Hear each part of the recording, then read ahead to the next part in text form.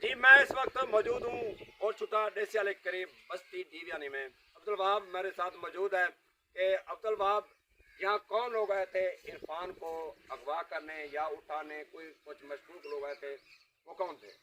अभी 5 बंदे आए थे, वो हमें मुल्तान के इलाके के कह रहे थे कि हम उस इलाके के हैं, लेकिन हमें मालूम नहीं था कि वो कहाँ के हैं। ये हमें खदशा है कि हमारे इरफान भाई को वो मतलब ये अपना CIA का तारुफ करा रहे थे।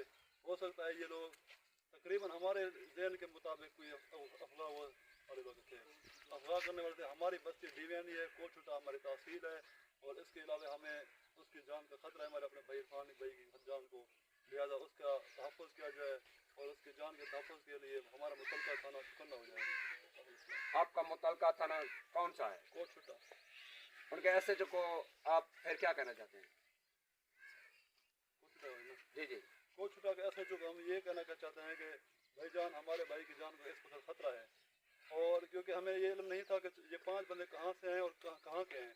हमारे इल्म के ये किस वक्त आए थे? 11 बजे आए थे, 1:55 मिनट पर चले गए। अब अरबाब अख्तियार वज़ीर आला हैं और DPO हैं, RPO हैं, उनको भी आप क्या पैगाम देना चाहते हैं? उनको हम ये पैगाम देना चाहते हैं कि हमारे भाई की जान को मतलब खतरा है और उसकी जान के लिए तहफ़्फ़ुज़ करें। इरफान की जान को खतरा है। आज 5 लोग गैर मुतलका थे, कहाँ से आए थे कोई इनको पता नहीं है। वो कभी कह रहे थे मुल्तान के हैं, कभी कह रहे थे CS स्टाफ है, कोई कोई इदारे बता रहे थे, लेकिन किसी को कोई मालूम नहीं।